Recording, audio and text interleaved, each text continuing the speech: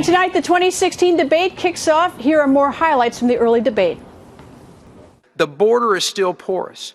Until we have a president of the United States that gets up every day and goes to the Oval Office with the intent purpose of securing that border. And there's not anybody on either one of these stages that has the experience of dealing with this as I have for over 14 years with that 1,200-mile border. And joining us, Karl Rove, the former Deputy Senior Advisor and Deputy Chief of Staff to President George W. Bush and author of the forthcoming book, The Triumph of William McKinley, Why the Election of 1896 Still Matters. And joining us, the most successful woman in radio and editor-in-chief of the hot new website, LifeZette.com, Laura Ingraham. Laura, first, your thoughts about the early debate.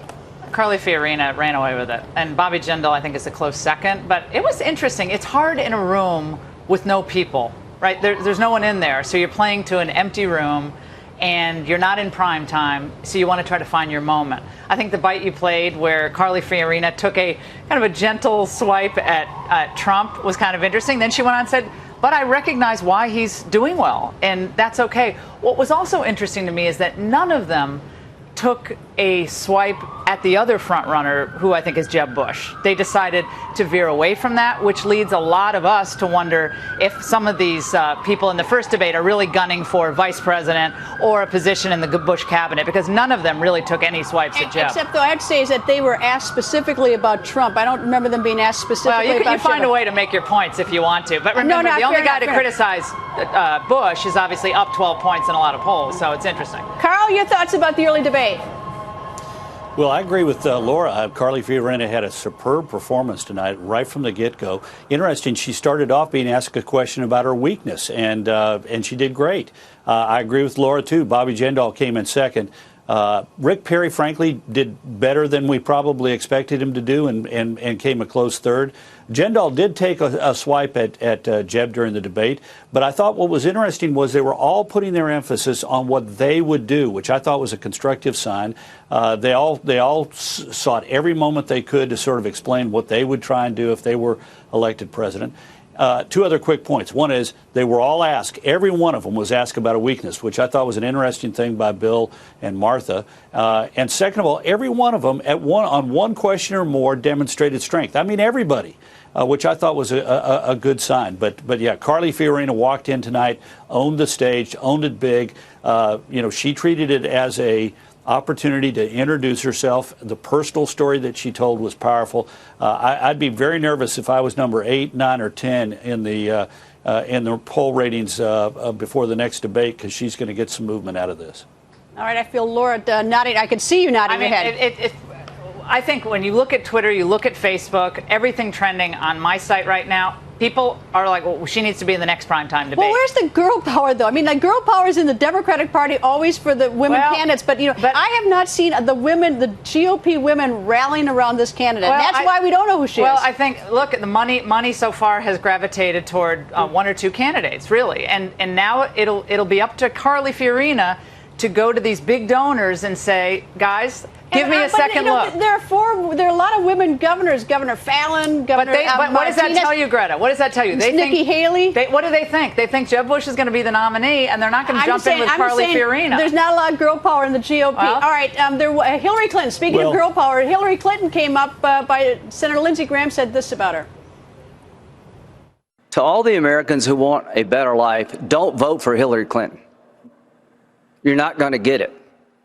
She's not going to repeal Obamacare and replace it. I will. She's not going to build the Keystone Pipeline. I will. She's not going to change Dodd-Frank.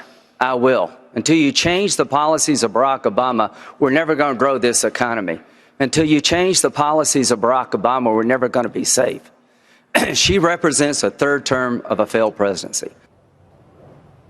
Karl, comment about Hillary Clinton tonight by Senator Lindsey Graham.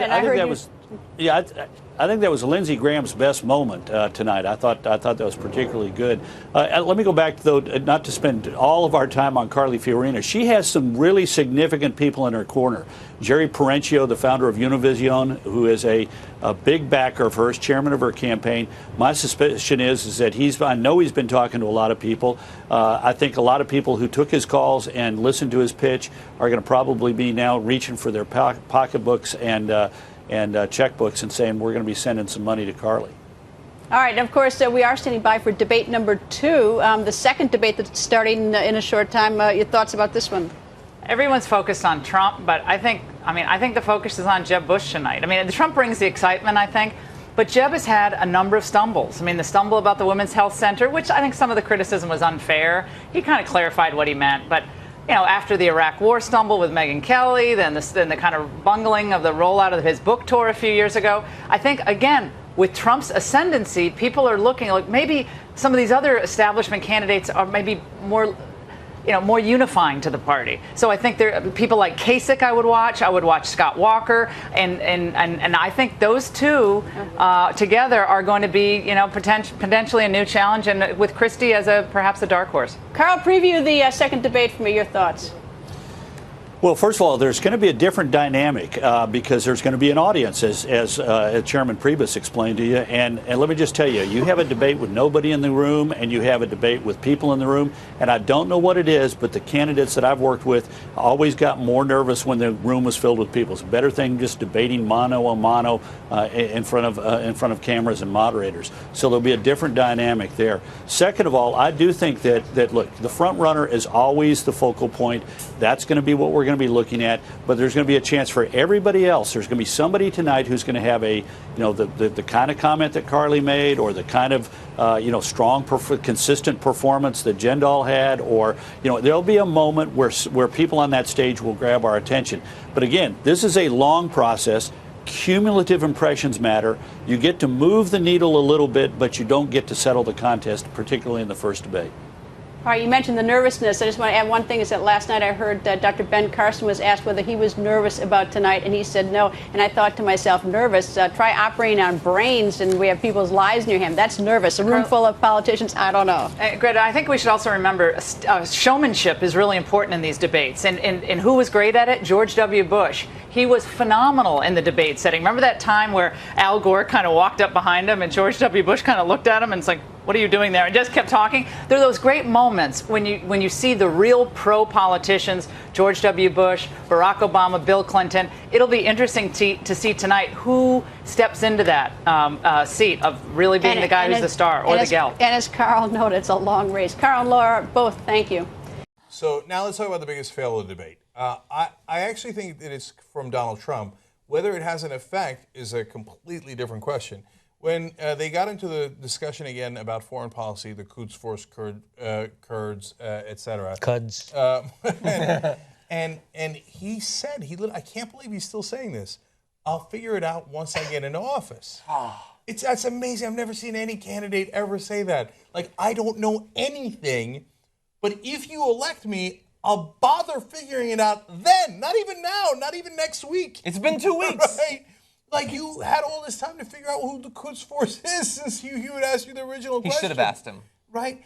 And so, no, but he didn't have to ask him. He admitted it. He said, yeah, I'll figure it out later when I get into office. Well, I mean, that's worked for him so far. So he really doesn't have, or at least he doesn't think he has, an incentive to really educate himself on these issues. He's gotten this far by being extremely vague about everything and then just punching people in the mouth. Yeah. Right? Mm-hmm. So he really has no incentive. If you ask me, I think Ted Cruz is the biggest loser. Right? Ted Cruz barely spoke. When he did speak, he was kissing Trump's ass, which only makes Trump stronger. So, and what did Cruz say that was interesting or different or even a good policy idea? Not a single thing. He had to admit he supported the guy he was pissed off that Bush appointed. Yeah, John Roberts. But you supported him. Yeah, but. Right. Oh, you fucking idiot. So I agree. He was probably the biggest loser tonight. I think that either Rand Paul's weakness, even though he was probably one of the smartest people up there and he was the most right on the issues, but I would say that, again, I would say Chris Christie might have been the biggest fail. Because it was abundantly clear going into the debate that the only way that you were going to make a significant dent in Donald Trump is if you could out-Trump him in terms of attacking him, launching childish insults, cutting him off. And there's nobody up there who seems like they have the ability to do that in the way that Chris Christie does. Like, he is a fucking bully. Yes. And he can't be a bully in the presence of Trump. Carly Fiorina, the smallest person on the stage, had to do it, making Chris Christie look even weaker by comparison.